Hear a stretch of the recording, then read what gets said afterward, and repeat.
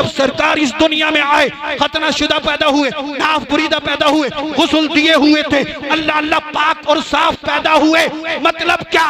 मतलब ये है कि जब सरकार पैदा हुए ऐसा लगता था कि परवरदिगार आलम ने अपने महबूब को कायनात के अंदर दूल्हा बनाकर भेज दिया। सैयदा आमना कहती हैं कि मुकम्मल 9 महीने गुजर गए।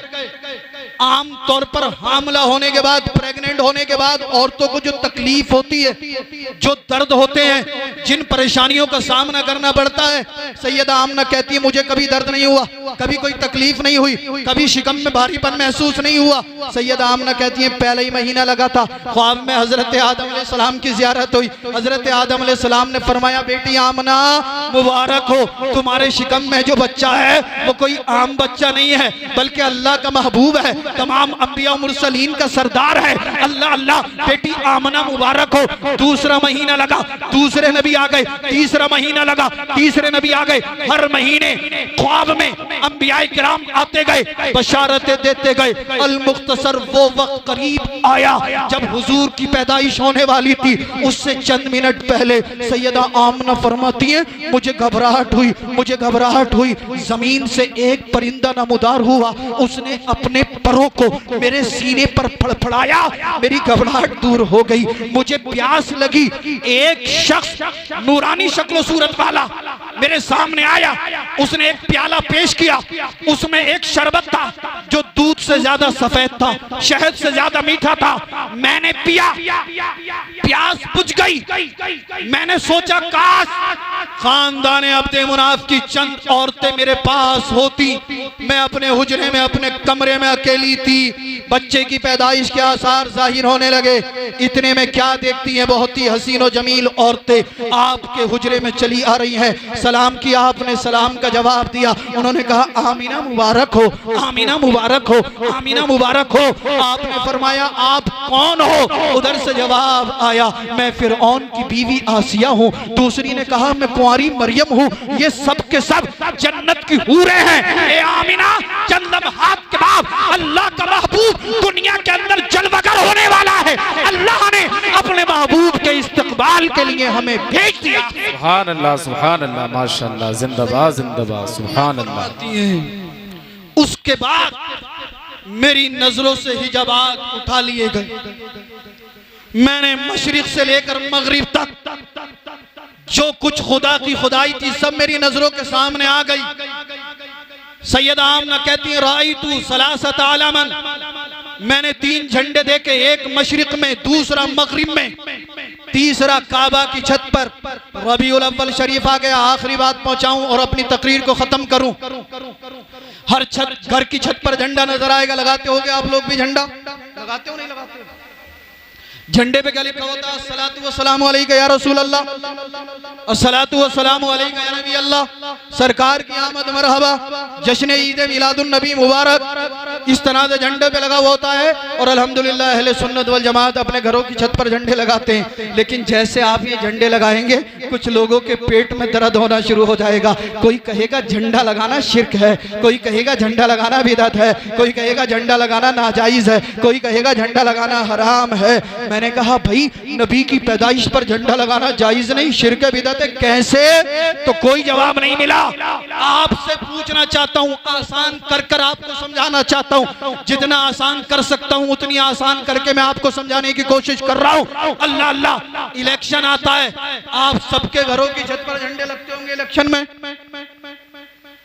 जिसने समाजवादी को वोट दिया उसके घर की छत पर साइकिल का झंडा, जिसने बहन जी को वोट दिया उसके घर की छत पर हाथी का झंडा, जिसने मोदी जी को वोट दिया उसके घर की छत पर कमल का झंडा, जिसने ओवैसी साहब को वोट दिया उसके घर की छत पर जो है पतंग का झंडा। अल्लाह अल्लाह, जो जिस पार्टी को वोट देता है वो अपनी छत पर उस पार्टी का झंडा लगाता है। आप मुझे जवाब दें, क्या आज तक किसी आलिम ने, किसी मौलवी ने, किसी मुफ्ती ने ये फतवा दिया कि इलेक्शन के मौके पर दुनियावी पार्टियों के झंडे लगाना नाजायज है, हराम है?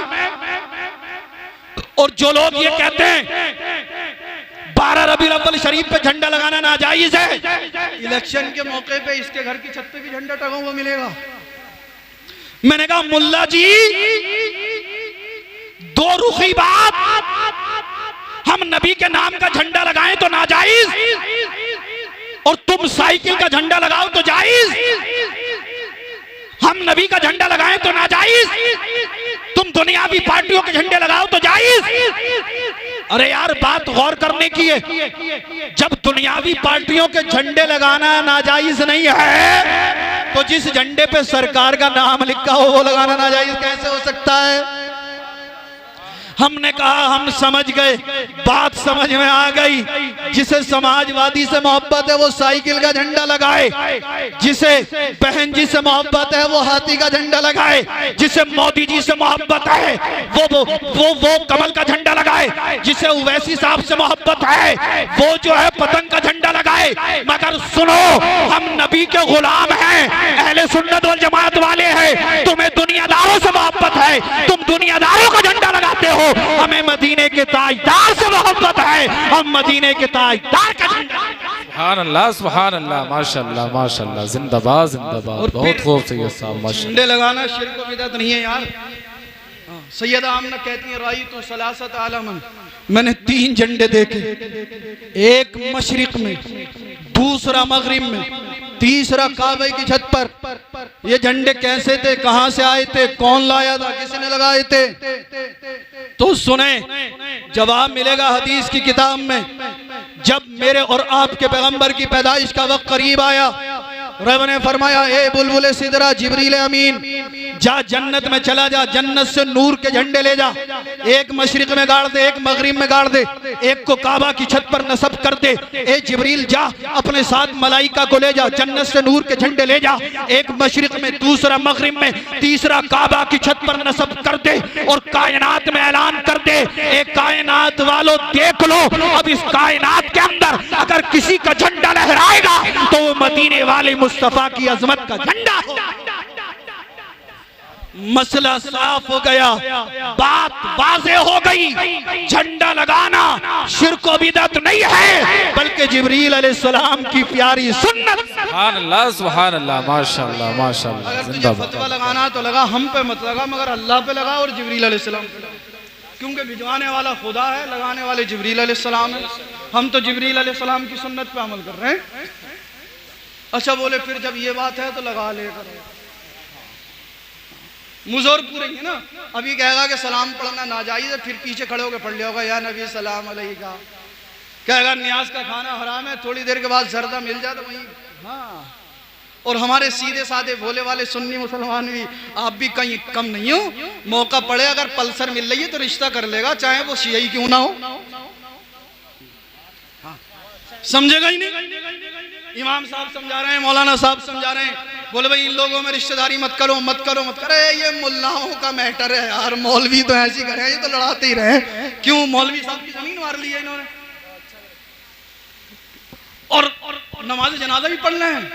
फिर कहें निकाह कैसे टूट जाएगा यार, उसके पीछे नमाज पढ़ने से निकाह कैसे टूट जाएगा? उनके उलमा का यह अकीदा, माज़अल्लाह, अल्लाह ताला झूठ बोल सकता। जो इंसान यह अकीदा रखता हो अल्लाह ताला झूठ बोल सकता, वो मुसलमान है? 5 40 वक्त की भी नमाज पढ़े तो क्या मुसलमान होगा? और आप उसके पीछे जाके नमाज पढ़ लो तो क्या आपका ईमान रहेगा? जब ईमान नहीं रहेगा तो निकाह बचेगा। फिर क्यों कह रहे हो कैसे टूट गया? देखा करो यार, गए किसी के भी पीछे खड़े हो गए, किसी के भी पीछे नमाज पढ़नी शुरू कर दी। रिश्ता करो अहले सुन्नत वल जमात में करो, शादी करो अहले सुन्नत वल जमात में करो। ना लड़कों की कमी है ना लड़कियों की कमी है। जहेज की लानत खत्म करो, बदअकीदों पे लानत भेजो। इमाम अहमद रज़ा फाजिल बरेलवी की तुरबत से आज भी आवाज आ रही है, दुश्मने अहमद पे शिद्दत कीजिए, मुल्हिदों से क्या मुरब्बत कीजिए, गैस में जल जाएं बेदीनों के दिल, बस या रसूल अल्लाह की कसरत कीजिए। आज आप देख नहीं रहे, पूरी दुनिया आपके पीछे पड़ी हुई है। कोई कहता हम मस्जिदों को तोड़ देंगे, कोई कहता हम अजानों पे पाबंदी लगा देंगे, कोई माज़अल्लाह नबी को गालियां दे रहा है, कोई सैयदा आयशा सिद्दीका की शान में गुस्ताखी कर रहा है। मगर आज का मुसलमान, वाहरे मुसलमान, अगर तेरे बाप को कोई गाली दे दे तो तू लठ लेकर वहां पे लड़ने के लिए पहुंच जाता है। और नबी की शान में गुस्ताखियां हो रही हैं, तुझे जर्रा बराबर जो एहसास नहीं होता। याद रखना, अगर किसी ने नबी को बुरा कहा, नबी की शान में गुस्ताखी की, या माज़अल्लाह रब्बिल आलमीन नबी को गाली दी, अगर तुझे बुरा नहीं लगा तो तू अपने दिल के अंदर टटोल के देख के ईमान बचा है या चला गया। ईमान नहीं हो सकता। मैं तो अलल ऐलान कहना चाहता हूँ, कोई हमें गालियां देगा हम बर्दाश्त कर लेंगे, हमें कहोगे हम सुन लेंगे, हमें मारोगे हम पिट लेंगे, मगर अगर हमारे नबी की शान में गुस्ताखी हुई हम बर्दाश्त नहीं करेंगे। अल्लाह अल्लाह, आला हजरत कह रहे हैं गैस में जल जाए बेदीनों के दिल, बस या रसूल अल्लाह की कसरत की। सुभान अल्लाह, सुभान अल्लाह, माशाअल्लाह। आज जालिम ये सोचता है कि मैं नबी को गालियां दूंगा, माज़अल्लाह मुसलमान नबी का कलमा पढ़ना छोड़ देगा। मैं नबी की शान में गुस्ताखी करूंगा, मुसलमान नबी का दामन छोड़ देगा। इनसे कहो कि मुसलमान ना तो नबी का दरवाजा छोड़ेगा, ना नबी का कलमा छोड़ेगा, ना नबी का दामन छोड़ेगा। हमारा बच्चा बच्चा अपना सर कटा देगा, अपना माल कुर्बान कर देगा, अपने घरों पर बुलडोजर चलवा लेगा, मगर नबी की शान में गुस्ताखी बर्दाश्त नहीं करेगा। तुम्हें कुछ नहीं करना है, बस इतना करना है, गुनाहों से तौबा करो, नमाजों की पाबंदी करो, चलते फिरते सोते जागते उठते बैठते नबी पे कसरत से दुरूद पाक पढ़ो। तुम इतना दुरूद पाक पढ़ो, इतना नबी का जिक्र करो कि जो लोग नबी की शान में गुस्ताखियां कर रहे हैं वो ये देखकर हसद में ही मर जाएंगे कि हम तो यार इन्हें नबी के दरवाजे से दूर करने की कोशिश कर रहे थे, हम जितनी गुस्ताखियां कर रहे हैं ये उतना ही ज्यादा नबी का जिक्र करते थे।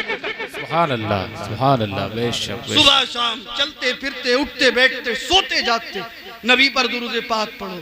जितना लोग तुम्हें दूर करने की कोशिश करें तुम उतनी ही मजबूती से पैगंबर आज़म के दामन को थाम लो। अब वक्त आ गया, बहुत हो गया। ऐसा कोई गुनाह, कोई बुराई हमारे समाज, हमारे सोसाइटी में बची हुई नहीं है जो ना पाई जाती हो, मगर उसके बावजूद हम ये समझ रहे हैं। फिर क्या सैयद साहब हम तो कोई गुनाह भी ना करते, हम ही इतने परेशान क्यों हैं?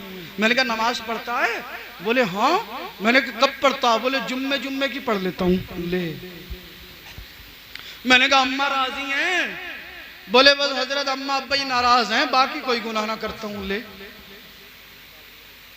कोई गुनाह बचा हुआ नहीं होगा। माँ बाप को ये नहीं समझ रहा, नमाज ये नहीं पढ़ लिया, और फिर आगा बोले हजरत कोई ऐसा तावीज दे दो जो मेरे घर में बरकत ही बरकत हो जाए। एक साहब को हमने तावीज दे दिया, एक हफ्ते के बाद आ गया, बोले हजरत क्या कच्चा ही दे दिया था? मैंने कहा अल्लाह के बंदे ये कच्चा पक्का क्या होता? बोले एक साहब के पास हम गए थे, वो कह रहे थे कच्चा वाला 151 का, पक्का वाला 1151 का। तो मैंने कहा अल्लाह के बंदे मेरे पास कोई कच्चा पक्का नहीं है, जितना इन उलमाए किराम ने सिखाया, मेरे बुजुर्गों ने मुझे सिखाया, मैंने लिख के दे दिया। तेरा काम बनाना ना बनाना अल्लाह के इख्तियार में, अब इससे ज्यादा मैं कुछ नहीं कर सकता। बूढ़ी बूढ़ी औरतें बोले हजरत साहब हमारा लल्ला कहना ना मान्या, कोई ऐसा तावीज बना दो पक्का सा, 1151 की बजाय 1551 का खर्चा आ जाए, मगर काम पक्का ही कर दो। ले मैंने कहा बेटे को कुरान पढ़ाया ना? कुरान तो ना पढ़ाया। नमाज याद कराइए? बोले ये भी याद ना कराई। मैंने कहा करता क्या? बोले काम करे, पैसा बहुत कमाता है। मैंने कहा जब तूने उसे इल्मे दीन सिखाया ही नहीं, उसे पता ही नहीं माँ बाप की अजमत क्या है, उसे पता ही नहीं कि माँ बाप की इज्जत क्या है, अपने बच्चों को हाफिज कुरान बनाओ, कारी कुरान बनाओ, आलिम दीन बनाओ। जब तुम्हारा बच्चा कुरान पढ़ेगा, आलिम दीन बनेगा। याद रखना जब बात आ गई तो अर्ज करता चलूं, मेरे और आपके पैगंबर की बारगाह में एक शख्स हाजिर हुए, अर्ज किया या रसूल अल्लाह मैंने अपनी वालदा को 1 साल के अंदर हज भी कराया है और 70 उम्रे कराए हैं। 70 उम्रे सरकार, मैंने अपने माँ बाप को 1 साल में 70 उम्रे कराए, हज कराए। सरकार क्या मैंने अपने माँ बाप का हक अदा कर दिया? क्या मैंने अपनी माँ का हक अदा कर दिया? मेरे और आपके पैगंबर ने इरशाद फरमाया, ए मेरे उम्मती सुन, जिस वक्त तू पैदा हुआ था, तेरी पैदाइश के वक्त जब तेरी माँ को दर्द हो रहे थे, तो उस वक्त जो पहला दर्द हुआ था, अल्लाह पाक तुझे कयामत तक की जिंदगी दे दे, तेरी माँ को भी कयामत तक की जिंदगी दे दे, तू कयामत तक अपनी वालदा को हर साल 70 उम्रे और 1 हज कराता रहे, तो तेरी वालदा को पैदाइश के वक्त जो दर्द हुए थे, उसमें से एक दर्द का हक अदा नहीं कर पाएगा। मगर ये पता तो जब चलेगा जब बच्चा हमारा कुरान पढ़ेगा, हदीस पढ़ेगा, आलिम दीन बनेगा। बच्चे कुछ सीखते नहीं है, दिन रात मोबाइल है और आप हैं यूट्यूब पे सीरियल, मूवी। 20-20 साल के नौजवान बैठे हैं यहाँ पे, देखो कुछ के चेहरे ऐसे हो रहे हैं जैसे पिलपिला आम हो है, टमाटर के खेत में जैसे झुलसा लग जाता है ना, झुलस जाता है। यू गूगल पे सर्च मार मार के अश्लील वीडियो देख देख के इन्होंने अपनी जवानी तबाह कर ली, हलाक कर ली, बर्बाद कर ली। माँ बाप खुश हो रहे हैं, हमारा लल्ला 25,000 का मोबाइल लाया, सैयद साहब 30,000 का मोबाइल लाया, हमारे बच्चे के पास आईफोन है। मैंने कहा अपने बच्चे के हाथ में फोन बाद में दिया होता, पहले अल्लाह का मुकद्दस कुरान दिया होता। तेरा बच्चा कुरान पढ़ता, अल्लाह इसके भी इकबाल को बुलंद कर देता, अल्लाह तेरी खताओं को भी दरगुजर फरमा। मगर नहीं, क्या क्या समझाएं, क्या क्या ना समझाएं। ए नौजवानों, अगर तुम दिन रात यूट्यूब पे, गूगल पे, फेसबुक पे, ट्विटर पे लगे रहोगे, जिल्लत और रुसवाई के सिवा कुछ नहीं मिलेगा और जवानी तबाह हो जाएगी, बर्बाद हो जाएगी। बेहतर ये है कि अगर तुम्हें मोबाइल चलानी है तो मोबाइल में यूट्यूब पे जाके आप नमाज याद कर लो। जिसके दुआए कनूत याद नहीं है वो दुआए कनूत याद कर लो। उलमाए अहले सुन्नत की तकरीरें सुन लो। कुरान पढ़ना नहीं आता, मदनी कायदा लेके उस पे आप जो है गूगल से या आप यूट्यूब पे जाके कुरान पढ़ना सीख लो। मगर नहीं, जब तक एमबी खत्म नहीं होगी, 2-4 एपिसोड देख नहीं लेगा, 2-4 मूवी देख नहीं लेगा, सो नहीं रहा। अम्मा कह रही है हमारा लल्ला बहुत एक्सपर्ट हो गया, पूरी रात मोबाइल चलाता, इंटरनेट भी चला ले। इंटरनेट, मैंने कहा इंटरनेट क्या चला रहा, जब तक ये जवानी की दहलीज पे पहुंचेगा फिर हकीमों के पास के चक्कर काट रहा होगा। आप समझदार हो, इशारा दे के आगे बढ़ना चाहता हूं, इससे ज्यादा मेरी जबानें तब कुछ कहने की हिम्मत और जसारत नहीं कर रही। फिर कह रहा 20,000 का नुस्खा लाया था मगर फायदा ही ना हुआ, 15,000 का नुस्खा खा लिया मगर फायदा ही ना हुआ। मैंने कहा बेवकूफ, गुनाहों से तौबा कर, नमाज पढ़, कुरान पढ़, कोई नुस्खा खाने की जरूरत नहीं पड़ेगी, अल्लाह तुझे हर बीमारी से शिफा अता फरमाएगा। बात आ गई। सैयदा आमना कहती हैं जब नबी की पैदाइश का वक्त करीब आया, मैंने 3 झंडे देखे, एक मगरिब में, दूसरा मशरिक में और तीसरा काबा की छत पर। आप फरमाती हैं मेरी नजरों के सामने से हिजाबात उठा लिए गए, मक्कतुल मुकर्रमा की सरजमीन से। आप कहती हैं मैंने बसरे के महल्लात देख लिए। अल मुख्तसर। फिर सैयदा आमना फरमाती हैं खरजा मिन्नी नूर, मुझसे नूर निकला। अल्लाह अल्लाह। सफिया बिनते अब्दुल मुत्तलिब का बयान है कि जब सरकार पैदा हुए एक नूर निकला, पूरा कमरा रोशन और मुनव्वर हो गया। सफिया बिनते अब्दुल मुत्तलिब कहती हैं शवाहिदुन नुबुव्वा और मदारिजुन नुबुव्वा के अंदर लिखा हुआ है, सफिया बिनते अब्दुल मुत्तलिब का बयान है कि जब हुजूर दुनिया के अंदर आए तो आप नाफ बुरीदा पैदा हुए, खतना शुदा पैदा हुए, गुस्ल दिए हुए थे, बाल बने हुए थे। आपने पैदा होने के बाद अपनी पेशानी को सजदे में रख दिया, रब की बारगाह में सजदा किया। मैंने अर्ज किया ये सफिया बिनते अब्दुल मुत्तलिब आप कहना क्या चाहती हैं? जवाब मिला हदीस की किताबों में, जब सरकार इस दुनिया में आए खतना शुदा पैदा हुए, नाफ बुरीदा पैदा हुए, गुस्ल दिए हुए थे, अल्लाह अल्लाह पाक और साफ पैदा हुए। मतलब क्या?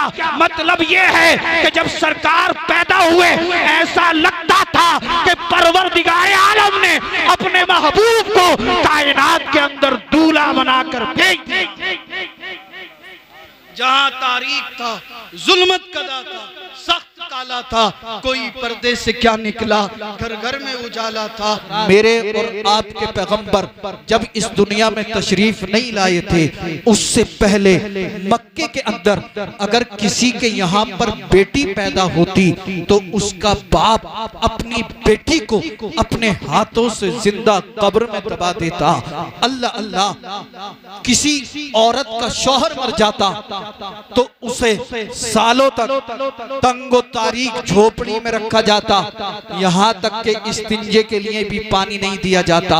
सालों के बाद उसे झोपड़ी से निकाला जाता, ऊंटनी से या गधे से उस औरत को कहा जाता कि अपने जिस्म को इससे रगड़। उसके बाद जिस औरत का शौहर मरा था उसे ऊंट पर या गधे पर बैठा दिया जाता, उसके दामन में ऊंट की मसैंगनियां भर दी जाती और उसे गलियों में घुमाया जाता और वो औरत उन मसैंगनियों को रास्ते में फेंकते हुए चलती थी। ये इस बात का ऐलान होता था कि इस औरत की इद्दत पूरी हो गई है। अगर किसी का शौहर मर जाता उस औरत को मनहूस समझा जाता था। अगर किसी के यहाँ पर बेटी पैदा हो जाए तो लोग इसे ऐब समझते थे, अपनी बच्ची को अपने हाथों से जिंदा कब्र में दबा देते। और बाज जगहों पर तो ऐसा दस्तूर था, अगर किसी औरत का शौहर मर गया तो उस औरत के बेटे अपनी माँ को अपनी बीवी बनाकर रख लेते, अपनी लोंडी, अपनी कनीज, अपनी खादिमा बनाकर रख लेते। यहीं तक नहीं, अल्लाह अल्लाह, अपने हिंदुस्तान के अंदर अगर किसी औरत का शौहर मर जाता तो उस औरत को उस आदमी की चिता के साथ जिंदा जला दिया जाता था। किसी के जान और माल का कोई तहफ्फुज ना था। इंसानियत सिसक रही थी, हर तरफ कुफ्र, जुल्म, जबर और तशद्दुद की घटाएं छा चुकी थी। अल्लाह अल्लाह, जब इन औरतों पर जुल्म हुआ, बेवाओं को जिंदा जलाया गया, तंगो तारीक झोपड़ियों में रखा गया, बच्चियों को जिंदा कब्रों में दबाया गया, तो इन औरतों ने रब की बारगाह में अर्ज किया, परवरदिगारे आलम, बारे इलाह, खालिक कायनात, मालिक कायनात, तेरे ये जालिम बंदे हम औरतों को दबा रहे हैं, तेरे ये जालिम बंदे हम औरतों पर जुल्म कर रहे हैं, हम पर जबर हो रहा है, हम पर तशद्दुद हो रहा है। मौला, हमें कोई बचाने वाला भेज दे, हमें बचाने वाला भेज दे। बच्चियों को जिंदा कब्रों में दबाया गया। इन बंदियों ने आसमान की तरफ नजरें उठाई, बच्चियों ने रब की बारगाह में अर्ज किया, मौला, तेरे ये जालिम बंदे कब तक हम बच्चियों को जिंदा कब्रों में दबाते रहेंगे? मौला, हमें बचाने वाला भेज दे, हमें बचाने वाला भेज दे, हमें बचाने वाला भेज दे। रब की रहमत ने पुकारा, ए मेरी बंदियों, अब तुम्हें घबराने की जरूरत नहीं है, मैं तुम्हें बचाने के लिए अपना पैगंबर भेज रहा हूँ, अपना रसूल। अल्लाह, नारे तकबीर, नारे रिसालत, सरकार की आमद, हुजूर सैयद रिजवान मियां साहिब किबला जिंदाबाद जिंदाबाद। सुबह तैबा में हुई, बढ़ता है बाड़ा नूर का, सदका लेने नूर का, आया है तारा नूर का, मैं गदा तू बादशाह, भर दे प्याला नूर का, नूर दिन दूना तेरा, दे डाल सदका नूर का, नूर दिन दूना तेरा, दे डाल सदका नूर का। जहां तारीख था, जुल्मत कदा था, सख्त काला था, कोई पर्दे से क्या निकला, घर घर में उजाला था, कोई पर्दे से क्या निकला, घर घर में उजाला था। अल्लाह अल्लाह, मेरे नबी की शान तो बहुत अरफा व आला है। आइए उससे पहले नबी के वालिद हजरत अब्दुल्लाह का मुख्तसर सा तस्करा किए लेते हैं। अल्लाह अल्लाह, जब हजरत अब्दुल्लाह 24 साल की उम्र को पहुंचे तो हजरत अब्दुल्लाह की शान का आलम यह था कि हजरत अब्दुल्लाह अगर किसी बंजर जमीन से गुजर जाते तो अल्लाह पाक हजरत अब्दुल्लाह के कदमों की बरकत से उस जमीन को हरा और सरसब्जो शादाब फरमा देता। हजरत अब्दुल्लाह अगर किसी सूखे हुए दरख्त के नीचे खड़े हो जाते, अल्लाह आपके कदमों की बरकत से उस पेड़ को हरा और फलदार बना देता था। अल्लाह अल्लाह, आपके हुस्न जमाल का ये आलम था। मक्के की तमाम खूबसूरत लड़कियां, तमाम हसीनो जमील औरतें ये चाहती थी कि हजरत अब्दुल्ला से हमारा निकाह हो जाए। यहाँ तक कि हजरत अब्दुल्ला जब रास्ते से गुजरते थे तो जवान जवान लड़कियां हजरत अब्दुल्ला का रास्ता रोक कर खड़ी हो जाती और कहती, अब्दुल्ला, हम तुमसे लव करते हैं, हम तुमसे प्यार करते हैं, हम तुमसे मोहब्बत करते हैं, हम तुमसे निकाह करना चाहते हैं। मगर अल्लाह अल्लाह, हजरत अब्दुल्ला की शर्म और हया को सलाम, हजरत अब्दुल्ला के इस्तिकलाल को सलाम। हजरत अब्दुल्ला कभी भी किसी गैर औरत की तरफ निगाह उठाकर नहीं देखते थे। एक आज हमारा हाल है, हमारे यहाँ पर शादी का मौका हो या मंगनी का मौका हो, अकीके का मौका हो, कोई खुशी का मौका हो, मेरी माएँ बहनें फुल मेकअप करती हैं, हेयर स्टाइल बनाती हैं, आगे से पीछे दुपट्टा लटकाया और गैर मर्दों के सामने बेपर्दा घूमती हुई नजर आती हैं। और मेरे ये नौजवान भाई चार इधर खड़े, चार इधर खड़े, चार इधर खड़े, अपनी चचेरी, मुमेरी, फुफेरी, खलेली, खलेरी और मोहल्ले की बहन बेटियों को तक रहे। आज हमारी गैरत सो गई, हमीयत मर गई। ए मेरी बहनों, तुम्हें मेरे पैगंबर की वालदा सैयदा तैयबा ताहिरा जाहिदा आबिदा राकिया साजिदा आमिना रदी अल्लाह ताला अन्हा की तहारत का वास्ता देकर अर्ज करना चाहता हूँ, शादी का मौका हो या कोई भी खुशी का फंक्शन हो, कोई भी खुशी की तकरीब हो, हर हाल में पर्दे में रहना। आज मेरी बहन, मेरी बेटी, मेरी माँ जब घर से बेपर्दा होकर निकलती है, न बाप को हया आती है, न भाई को हया आती है, न खानदान वालों को, रिश्तेदारों को हया आती है। फिर हम कहते हैं सैयद साहब कमाते बहुत हैं मगर घर में बरकत नहीं होती। सैयद साहब जितना कमाया बीमारियों में चला गया, कमाया बहुत मगर कोई ना कोई परेशानी घर में रहती है। आप मुझे बताएं, जिसकी जवान बहन, जवान बेटी बेपर्दा घूमती हो, क्या उसके घर में अल्लाह की रहमत और बरकत होगी? ए मेरी बहनों, तुम्हें सैयदा आमना का वास्ता, तुम्हें सैयदा खदीजतुल कुबरा रदी अल्लाह ताला अन्हा का वास्ता, सैयदा आयशा सिद्दीका का वास्ता, सैयदा फातिमा का वास्ता, शादी का मौका हो या कोई खुशी की तकरीब हो, पर्दे में रहना, पर्दे में रहना। बस मैं मुख्तसर से जुमलों में अपनी बहनों को नसीहत करके आगे गुजरना चाहता हूँ। ए मेरी बहनों, कोई भी खुशी का फंक्शन हो, हर हाल में पर्दे में रहो। आप क्या समझोगी? पूछो आप इन उलमा से, आज के इस पुरफितन दौर में अगर कोई बहन, कोई बेटी पर्दे में बैठे, पर्दे में बैठकर अल्लाह का जिक्र करे, पर्दे में बैठकर नबी पर दुरूद पाक पढ़े, पर्दे में बैठकर ला इलाहा इल्लल्लाह मुहम्मदुर रसूलुल्लाह का विर्द करे, पर्दे में बैठकर अल्लाह के मुकद्दस कुरान की तिलावत करे, अल्लाह अल्लाह। ए नंगला के सुन्नी जिंदा दिल गयूर मुसलमानों, मैं आपके दिलों पर चोट मारने की कोशिश कर रहा हूँ। अगर ये चोट लग गई तो इंशाअल्लाह दुनिया और आखिरत कामयाब हो जाएगी।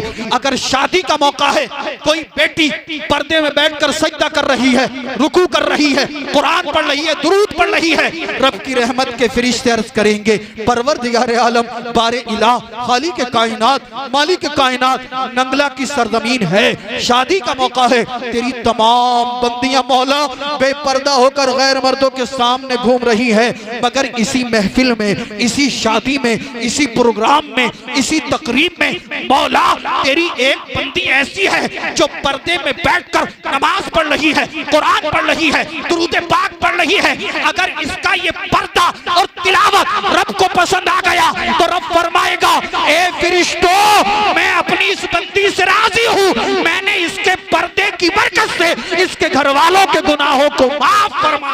सुभान अल्लाह, नारे तकबीर, नारे रिसालत, मसलके आला हजरत उलमाए अहले सुन्नत जिंदाबाद जिंदाबाद। सुभान अल्लाह, माशाअल्लाह।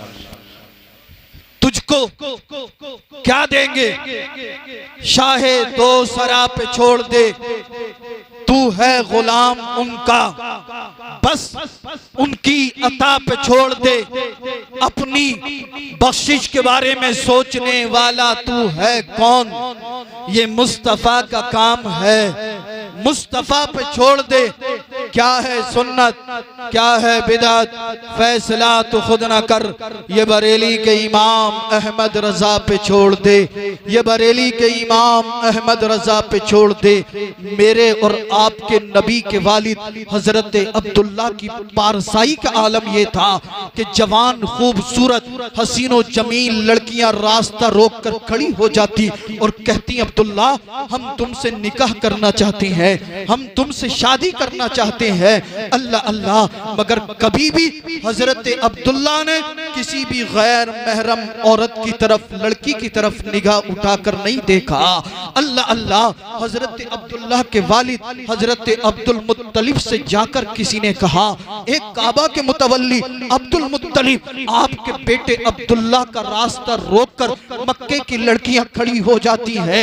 जब हजरत अब्दुल मुत्तलिब ने इतना सुना तो आपने मक्का के जो मुअज्जज लोग थे, कुरैश के जो मुअज्जज लोग थे, उन्हें जमा किया और कहा, ए कुरैश के लोगों, मैं ये मशवरा करना चाहता हूं कि मैं अपने बेटे हजरत अब्दुल्ला का किसी लड़की से निकाह करना चाहता हूं।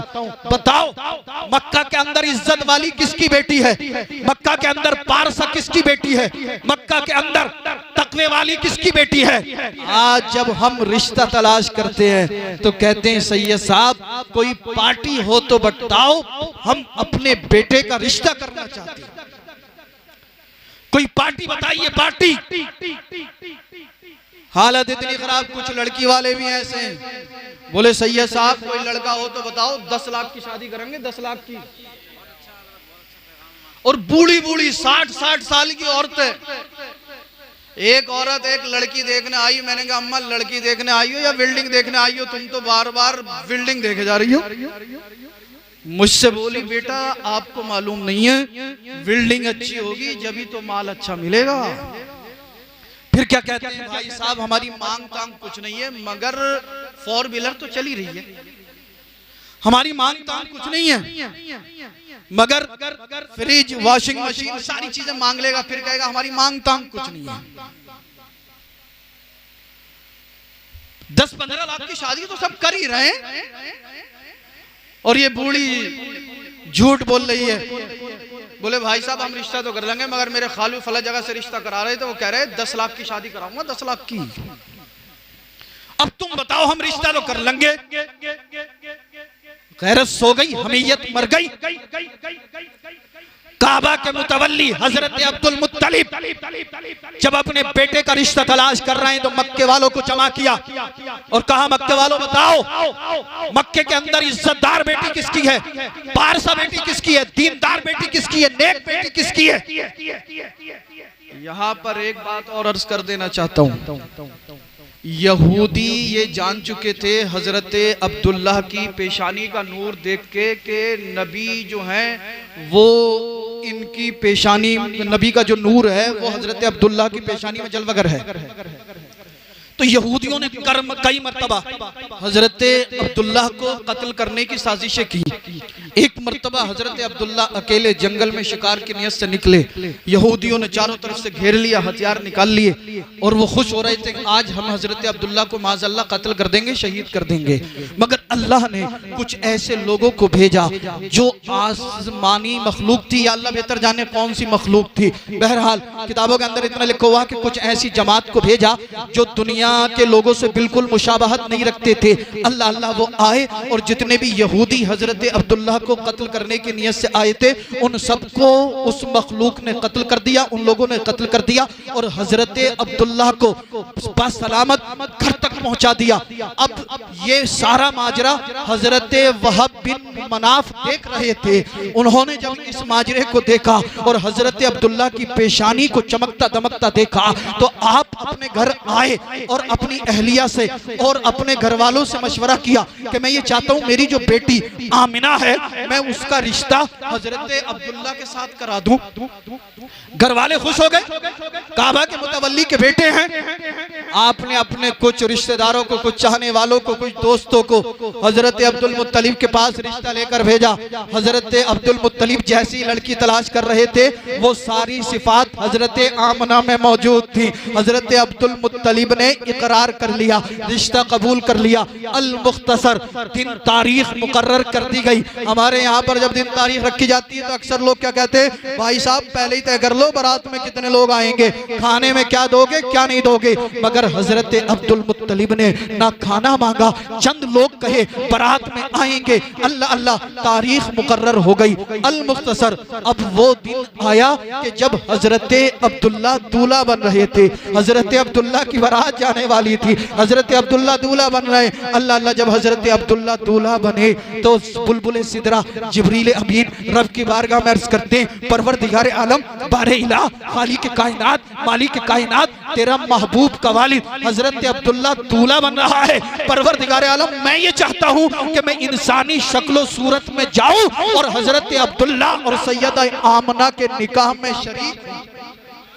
मैं हजरत अब्दुल्ला और सैयदा आमना का निकाह देखना चाहता हूँ, उन्हें मुबारकबाद देना चाहता हूँ, तेरे महबूब के वालिद को मुबारकबाद पेश करना चाहता हूँ। अल्लाह ने बुलबुल सिदरा जिब्रील अमीन को इजाजत दे दी। जब जिब्रील को इजाजत मिली, मीका अलैहिस्सलाम ने अर्ज किया, इज़राइल अलैहिस्सलाम ने अर्ज किया, इसराफील अलैहिस्सलाम ने अर्ज किया, दीगर मलाइका ने अर्ज किया। अल्लाह ने इन तमाम मलाइका को जाने की इजाजत दे दी। हजरत अब्दुल्ला की बारात चली। अल्लाह अल्लाह, कैसी बारात होगी, दूल्हा हजरत अब्दुल्ला है और अल्लाह के मुकद्दस मलाइका बाराती है। सुभान अल्लाह, सुभान अल्लाह, माशाअल्लाह, जिंदाबाद, नारे तकबीर, नारे रिसालत, उलमाए अहले सुन्नत, मसलके आला हज़रत, जिंदाबाद, सुभान अल्लाह, माशाअल्लाह। तुझको क्या देंगे शाहे दो सरा पे छोड़ दे, तू है गुलाम उनका, बस उनकी अता पे छोड़ दे और अपनी बख्शिश के बारे में सोचने वाला तू है कौन, ये मुस्तफा का काम है, मुस्तफा पे छोड़ दे। अल्लाह अल्लाह, बारात चली, हजरत वहब के मकान पर बारात पहुंची। कोई खाने का इंतजाम नहीं, किसी तरह के नाश्ते का इंतजाम नहीं, पानी पिलाया गया, निकाह पढ़ाया गया। हजरत अब्दुल मुत्तलिब ने खुतबा दिया। अब निकाह हो गया, रुखसती का वक्त करीब आया। जब रुखसती का वक्त करीब आया, हजरत वहब की आंखों में आंसू आ गए। हजरत वहब ज़ारो कतार रोने लगे। अल्लाह अल्लाह, हजरत अब्दुल मुत्तलिब ने जब देखा, काबा के मुतवल्ली ने देखा हजरत वहब रो रहे हैं, कहा ए वहब, रोने की वजह सबब क्या है? कहा ए काबा के मुतवल्ली अब्दुल मुत्तलिब, मैंने अपनी बेटी सैयदा आमना को बड़े प्यार से पाला है, बड़े नाजों से पाला है। आज तक मेरी बेटी को किसी गैर महरम ने नहीं देखा, ना ही आज तक मेरी बेटी ने किसी गैर मर्द को देखा है। मेरी बेटी बड़ी तकवे वाली है, बड़ी पारसा है। हजरत अब्दुल मुत्तलिब खुश हो गए और कहा ए वह परेशान होने की जरूरत नहीं है, आज से आपकी बेटी हमारी बेटी है। हम आपकी बेटी की इज्जत की हिफाजत अपनी बेटी की इज्जत से ज्यादा करेंगे।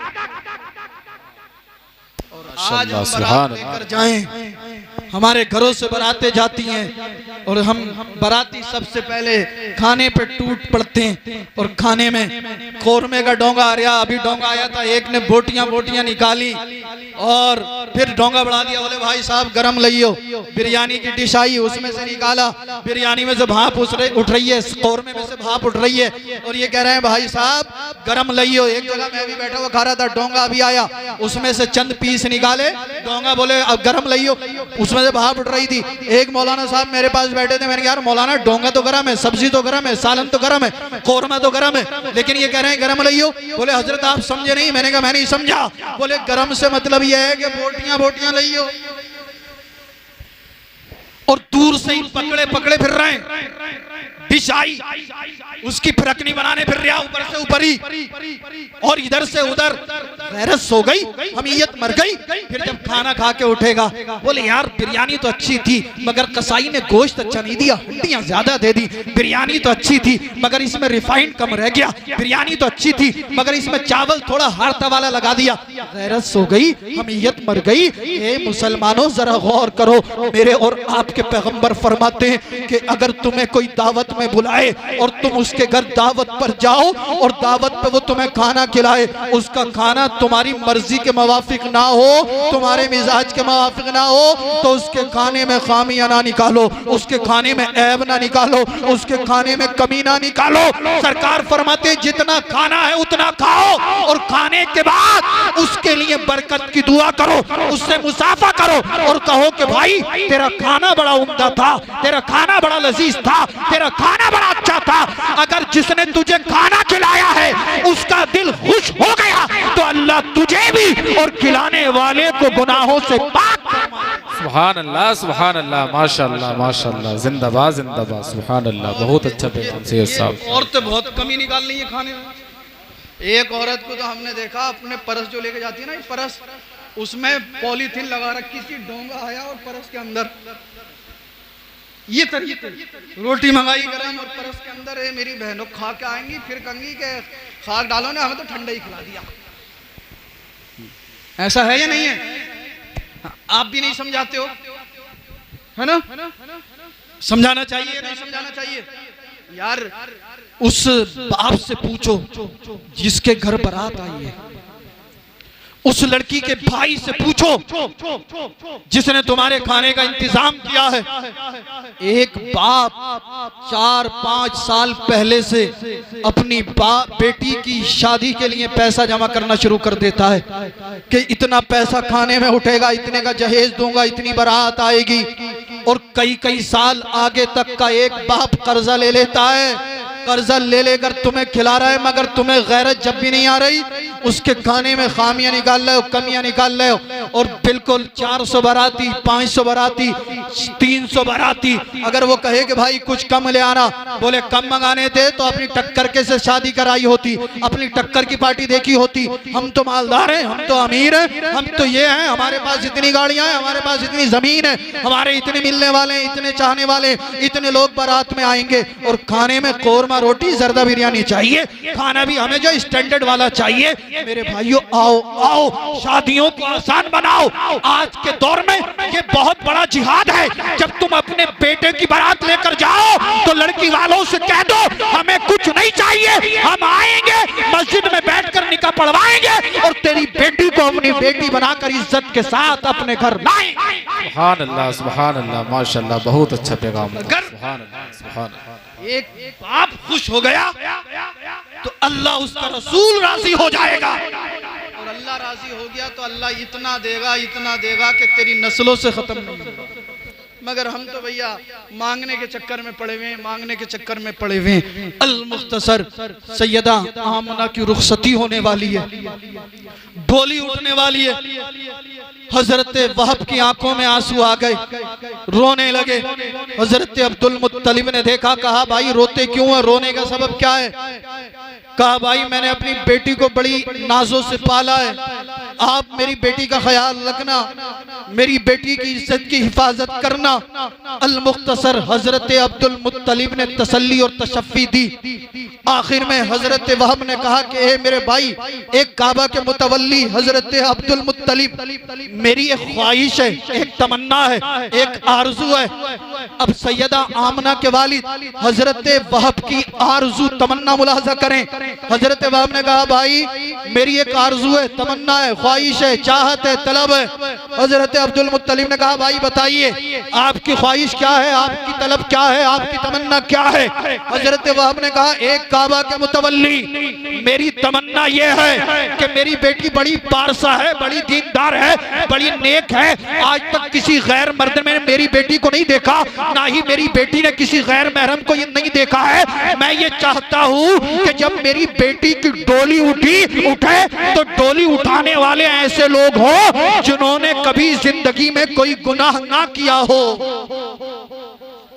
हजरत अब्दुल मुत्तलिब मचल गए, बारातियों के करीब आए, ऐलान आम कर दिया गया, कहा गया ए बारातियों सुनो, बारात में से 4 लोग ऐसे निकल कर आए जिन्होंने अपनी लाइफ, अपनी जिंदगी में कभी कोई गुनाह ना किया हो। मक्का के बड़े बड़े सरदार, मक्का के बड़े बड़े सरदार, मक्का के बड़े बड़े सरदार, सबकी नजरें झुक गई। अब्दुल मुत्तलिब ऐलान कर रहे हैं ऐसे 4 लोग बारात में से आए, मजमे में से ऐसे 4 लोग आए जिन्होंने कभी कोई गुनाह ना किया हो, जिनसे लाइफ में कभी कोई खता ना हुई हो, जिनसे कभी कोई गुनाह सरजद ना हुआ हो। सबकी निगाहें झुक गई। जब कोई आगे नहीं बढ़ा, रब की रहमत पुकारती है ए जिब्रील आगे बढ़िए, मीकाईल आगे बढ़िए, इसराफील आगे बढ़िए, इजराइल आगे बढ़िए। मेरे और आपके पैगंबर के वालिदा की डोली जब उठी है तो उठाने वाले जिब्रील अलैहिस्सलाम है, मीकाईल अलैहिस्सलाम है, इसराफील अलैहिस्सलाम है, इजराइल अलैहिस्सलाम है। आप मुझे बताइए जब मेरे नबी की वालिदा की शान का आलम यह है तो फिर मुस्तफा की शान का आलम। सुभान अल्लाह, नारे तकबीर, नारे रिसालत मसलके आला हजरत उलमाए अहले सुन्नत जिंदाबाद जिंदाबाद। अल मुख्तसर रुखसती हुई, सैयदा आमना हजरत अब्दुल्ला के घर आई। 3 दिन तक हजरत अब्दुल्ला के साथ रही, 3 दिन तक हजरत अब्दुल्ला के घर रही। 3 दिन के बाद जब सैयदा आमना दोबारा अपने घर आई तो हजरत वहब से अपने वालिद से लिपट कर रोने लगी। हजरत वहब ने जब अपनी बेटी को रोता हुआ देखा तो हजरत वहब की आंखों में भी आंसू आ गए और कहते हैं, बेटी क्या हजरत अब्दुल्ला की तरफ से तुझे कोई तकलीफ पहुंची है? क्या हजरत अब्दुल्ला की तरफ से तुझे कोई तकलीफ पहुंची? अर्ज करती है, नहीं बाबा जान, हजरत अब्दुल्ला की तरफ से मुझे कोई तकलीफ नहीं पहुंची, बल्कि हजरत अब्दुल्ला तो ऐसे इंसान है कि उनका चलना भी लाजवाब है, उनका उठना लाजवाब, उनका बैठना लाजवाब, उनकी गुफ्तगू करना लाजवाब। अल्लाह अल्लाह, हजरत अब्दुल्ला का बाबा कोई जवाब नहीं है। तो कहा, बेटी फिर क्या हुआ? क्या काबा के मुतवल्ली हजरत अब्दुल मुत्तलिब की तरफ से कोई तकलीफ पहुंची? कहा, नहीं बाबा, हजरत अब्दुल मुत्तलिब का भी कोई जवाब नहीं है। कहा, बेटी फिर रोती क्यों है? कहा, बाबा मेरे साथ ऐसा हो रहा है, जब मैं बिस्तर पर जाती हूँ तो बिस्तर से आवाज आती है, अस्सलातु वस्सलामु अलैका या रसूल अल्लाह। बाबा मैं रास्ते से गुजर रही थी, कंकर और पत्थर बोल रहे थे, अस्सलातु वस्सलामु अलैका या रसूल अल्लाह। बाबा मैं कुएं से पानी लेने जाती हूँ, कुएं से आवाज आती है, अस्सलातु वस्सलामु अलैका या रसूल अल्लाह। रास्ते में शजर और हजर कहते हुए नजर आते हैं, अस्सलातु वस्सलामु अलैका या रसूल अल्लाह। हजरत वहब मचल गए। कहा, बेटी ये बात रोने की नहीं है, ये तो खुश होने की है। जो नूर हजरत अब्दुल्ला की पेशानी में था वो मुंतकिल होकर तेरे शिकामे अतहर में आ गया। सुभान अल्लाह, नारे तकबीर, नारे रिसालत, सरकार की आमद, मुज़म्मिल की आमद। सुभान अल्लाह, सुभान अल्लाह। तुझको क्या देंगे? शाहे दो सरा पे छोड़ दे, तू है गुलाम उनका, बस उनकी अता पे छोड़ दे। अपनी बख्शिश के बारे में सोचने वाला तू है कौन? ये मुस्तफा का काम है, मुस्तफा पे छोड़ दे। सैयदा आमना कहती हैं, बाबा मैं बिस्तर पर जाती हूँ, बिस्तर से आवाज आती है, अस्सलातु वस्सलामु अलैका या रसूल अल्लाह। रास्ते में चलती हूँ, कंकर और पत्थरों से आवाज आती है, अस्सलातु वस्सलामु अलैका या रसूल अल्लाह। कुएं पर पानी लेने के लिए जाती हूँ, कुएं से आवाज आती है, अस्सलातु वस्सलामु अलैका या रसूल अल्लाह।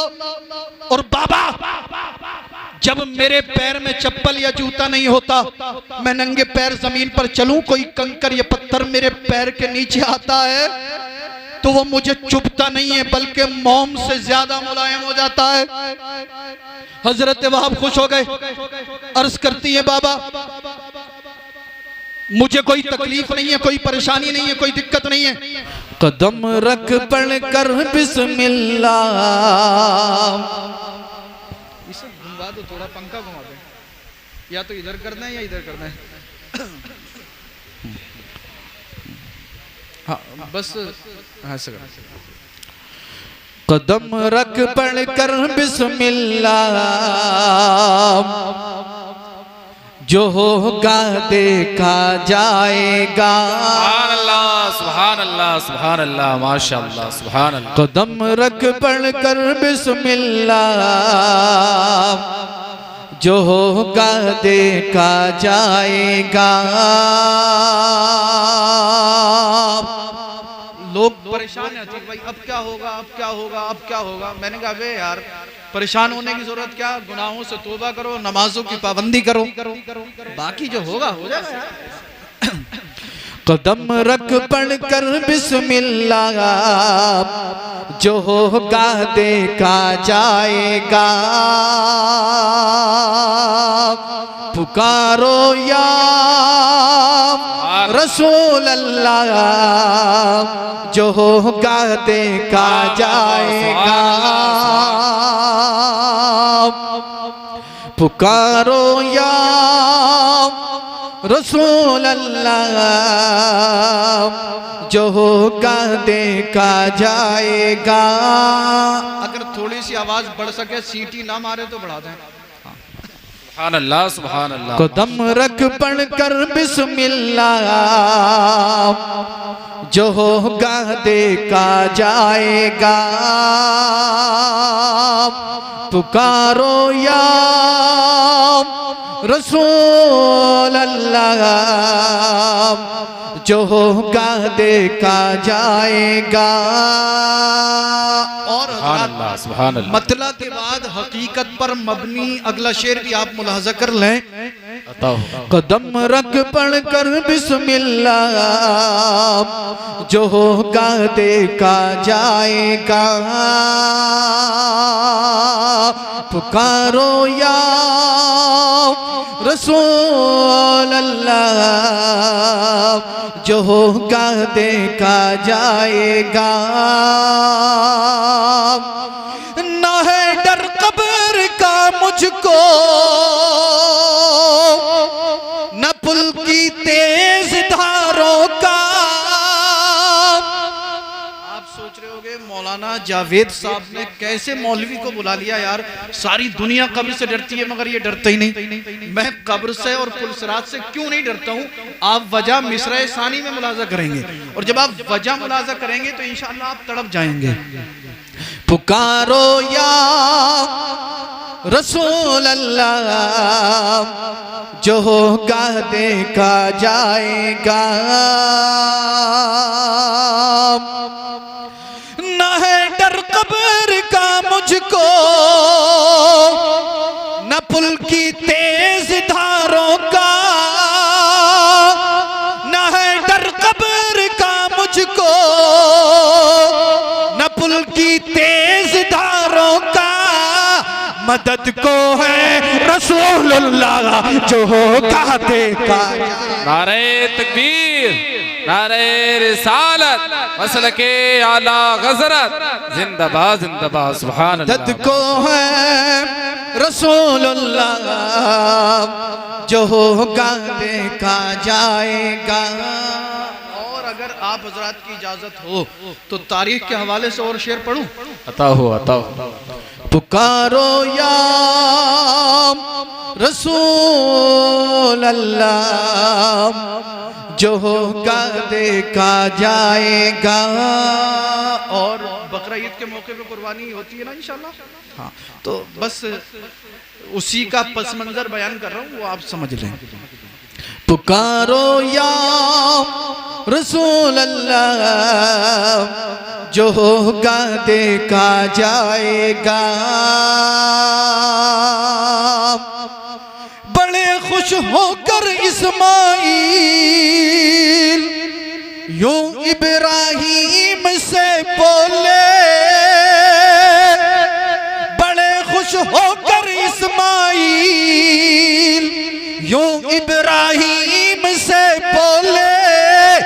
ज़िबाह कर दो खलीलुल्लाह, जो होगा देखा। सुभान अल्लाह, सुभान अल्लाह, माशाअल्लाह, माशाअल्लाह। ज़िबाह कर दो खलीलुल्लाह, जो होगा देखा जाएगा। पुकारो या रसूल अल्लाह, जो होगा देखा जाएगा।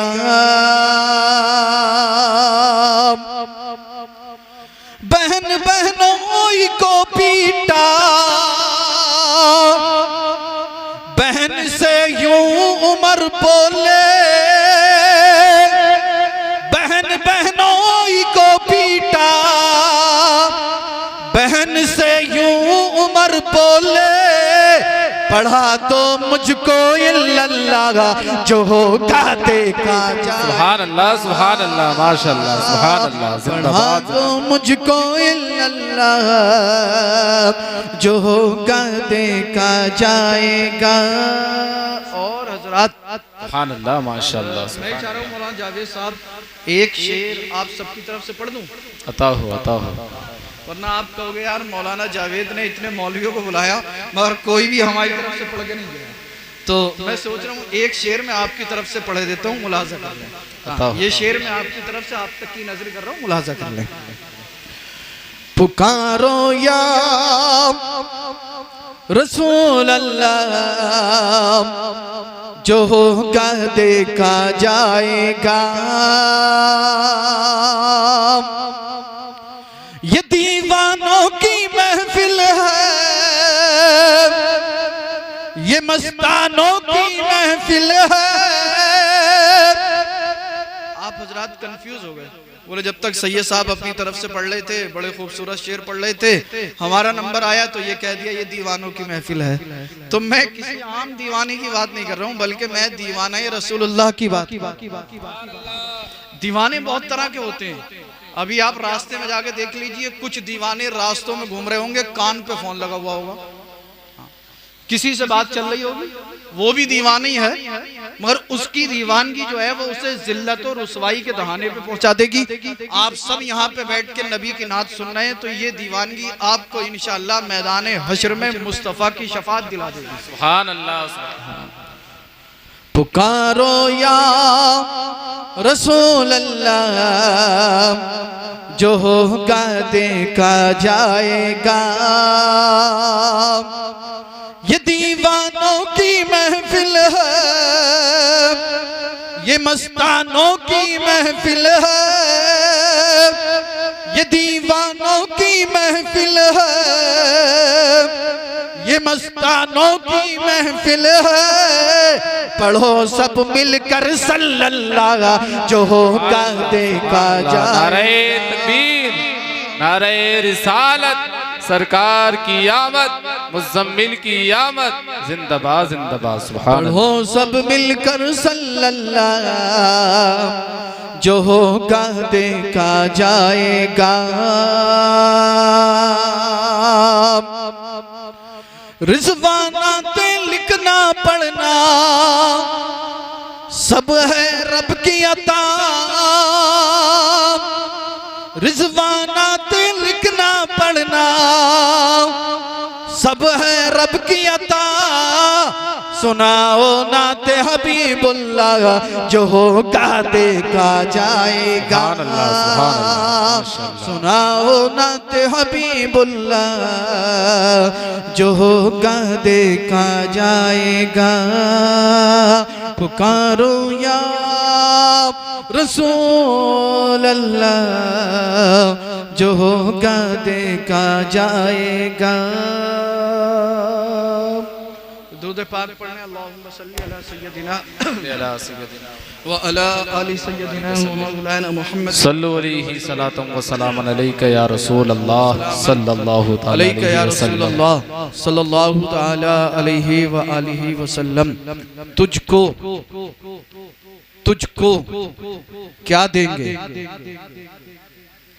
तुझको क्या देंगे, शाहे तो सरा पे छोड़ दे। तवज्जो मेरी तरफ है। तुझको क्या देंगे, शाहे तो सरा पे छोड़ दे। तू है गुलाम उनका, बस उनकी अता पे छोड़ दे। तुझको क्या देंगे, शाहे दो सरा पे छोड़ दे। तू है गुलाम उनका, बस उनकी अता पे छोड़ दे। और अपनी बख्शिश के बारे में सोचने वाला तू है कौन। अपनी बख्शिश के बारे में सोचने वाला तू है कौन। ये मुस्तफा का काम है, मुस्तफा पे छोड़ दे। ये मुस्तफा का काम है, मुस्तफा पे छोड़ दे। तुझको क्या देंगे, शाहे दो सरा पे छोड़ दे। तू है गुलाम उनका, बस उनकी अता पे छोड़ दे। अपनी बख्शिश के बारे में सोचने वाला तू है कौन। ये मुस्तफा का काम है, मुस्तफा पे छोड़ दे। और क्या है सुन्नत, क्या है बिदअत, फैसला तो खुद न कर। क्या है सुन्नत, क्या है बिदअत, फैसला तो खुद न कर। ये बरेली के इमाम अहमद रजा पे छोड़ दे, ये बरेली के इमाम अहमद रजा पे छोड़ दे, और यूं नूर से लबरेज समंदर न मिलेगा। जिसे जिसे जाना है एक बार में चले जाओ, बीच में मत उठना। मैं रोकूंगा नहीं, किसी को जबरदस्ती नहीं करूंगा, जिसे जाना है वो जा सकता है। यूं नूर से लबरेज समंदर न मिलेगा, मेरे सरकार के जैसा कोई पैगंबर न मिलेगा। यूं नूर से लबरेज समंदर न मिलेगा, मेरे सरकार के जैसा कोई पैगंबर न मिलेगा। हजरत आदम से लेकर ईसा अलैहिस्सलाम तक यूं नूर से लबरेज समंदर न मिलेगा, मेरे सरकार के जैसा कोई पैगंबर न मिलेगा। हजरत आदम से लेकर ईसा अलैहिस्सलाम तक कोई भी मोहम्मद के बराबर न मिलेगा, कोई भी मोहम्मद के बराबर न मिलेगा।